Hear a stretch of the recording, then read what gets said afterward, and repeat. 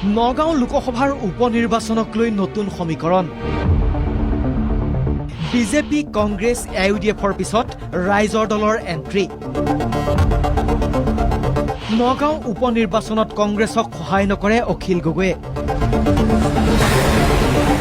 নগাঁও জয় কৰিবলৈ খুদ আজমলেই পাতিব বাহৰ উপনিৰ্বাচন অনুষ্ঠিত হ'বলগীয়া লোকসভা সমষ্টিত বিজেপিৰ সমান্তৰালকৈ বিৰোধী শিবিৰেও পৰিকল্পনা যুগুত কৰিছে কিন্তু বিজেপিৰ বাবে ভাল খবৰ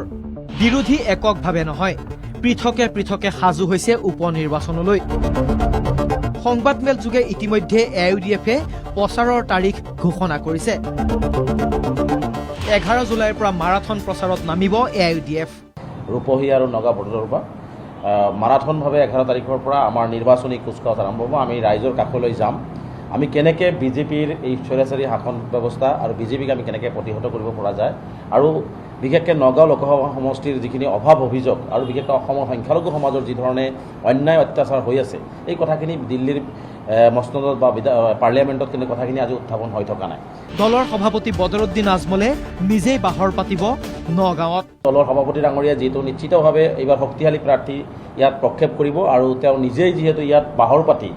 সমগ্ৰ নগাঁও লোকসভাৰ উপনিৰ্বাচনক তদাৰক কৰিব এই মুহূৰ্তত কংগ্ৰেছৰ বাবে ইউডিএফ কিছু পৰিমাণে চিন্তাৰ কাৰণ আছিল যদিও এই চিন্তাক আৰু বৃদ্ধি কৰিছে ৰাইজৰ দলে উপনিৰ্বাচনৰ আগে আগে অখিল গগৈৰ কৌশলী স্থিতি আমি কংগ্ৰেছৰ লগতো নাই বিপক্ষেও নাই